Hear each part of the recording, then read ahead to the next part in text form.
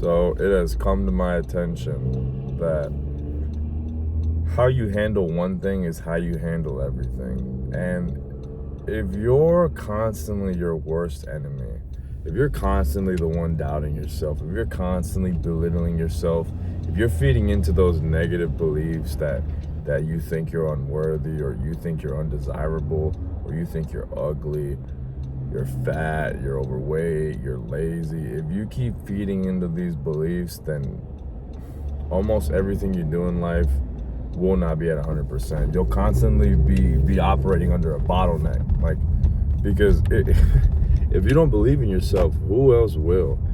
You know, unless you have a really, really, really, really, really good friend, which if you do, God bless them. You know, that's a very beautiful, beautiful relationship to have. Unless you have someone who just completely believes in you, you know, has no doubts about you and who you are, chances are that person is gonna have to be you. Like, you're gonna have to step up and be that man for yourself.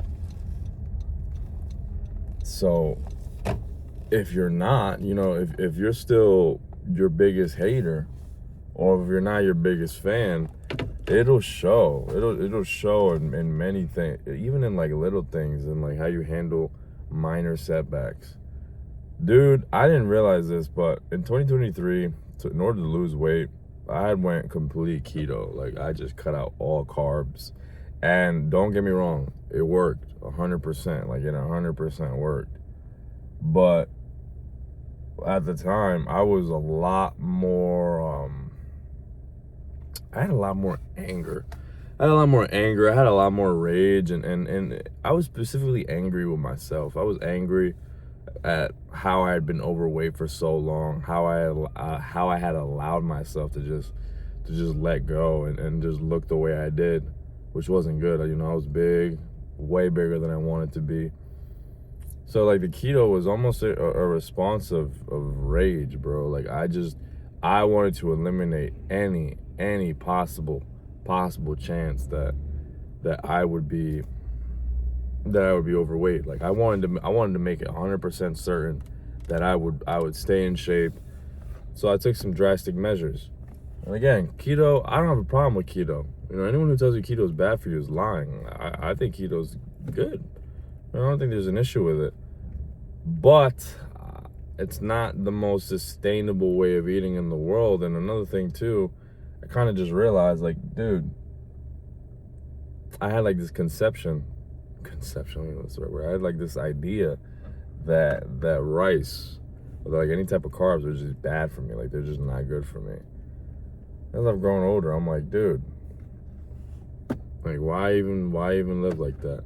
And it's crazy too, because when I'm out and about, like when I'm eating out at a restaurant, I actually do try my best to stay keto, only because even if they use sauces or oils, it's still pretty easy to measure. Like, if I'm just eating chicken or steak, like, that's pretty easy. It's a pretty consistent way to measure.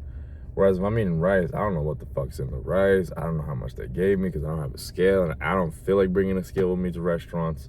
Not that I'm knocking people who do, but I just would rather not. You know what I mean? Like, it's easier for me to track if I'm just keto at, like, you know, when I'm eating socially. But at home, you know, like the other day, there was some rice and some steak at home. I'm like, fuck it, bro. Like, a little bit of rice. And I'm more mindful now than ever. Way more mindful now than ever. There would have been a point in time where I would have said a cup, and I would have ended up with like 3 cups on my plate. There, I literally took a cup, scooped it up, dropped it in the bowl, and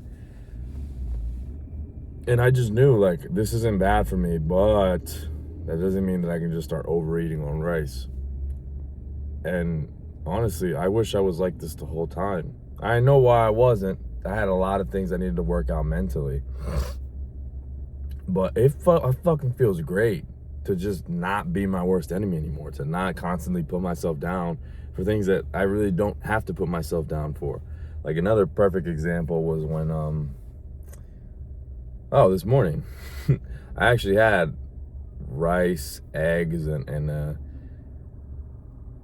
don't know how you say it in English. an arepa. It's like a Colombian thing where I don't even know how to describe it. It's like a listen. The one I had was really thin, so it's kind of similar to a tortilla. It's not exactly the same, but it's quite similar, and I don't feel bad at all. You know, like, it's not like I ate 2,000 calories in one sitting.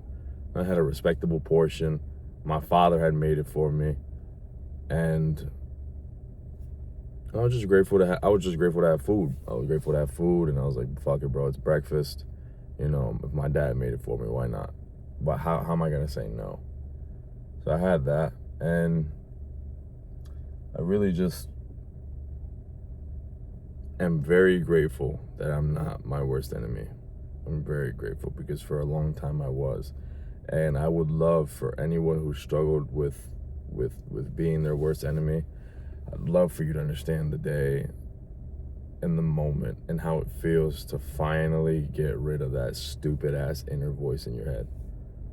Oh my God, it is a beautiful, beautiful, liberating feeling that I pray each and every single one of you, if you're suffering from, you do get the chance to experience, and you do get the chance to free yourself from. That's kind of the whole point of this channel right now. You know, the overall theme of this channel has always been to help people improve, always. But like the main focus, like, because it's the biggest lesson I've learned this year, is how to stop getting in your own way. How to just stop being your worst enemy. I haven't been my worst enemy in a very long time, and my life in so many ways has just drastically improved. And I would love for each and every single one of you, if you are suffering from the same situation, to finally be freed from it. So that's why I'm here. That's why I'm doing what I do. Everybody, please stay tuned. You guys have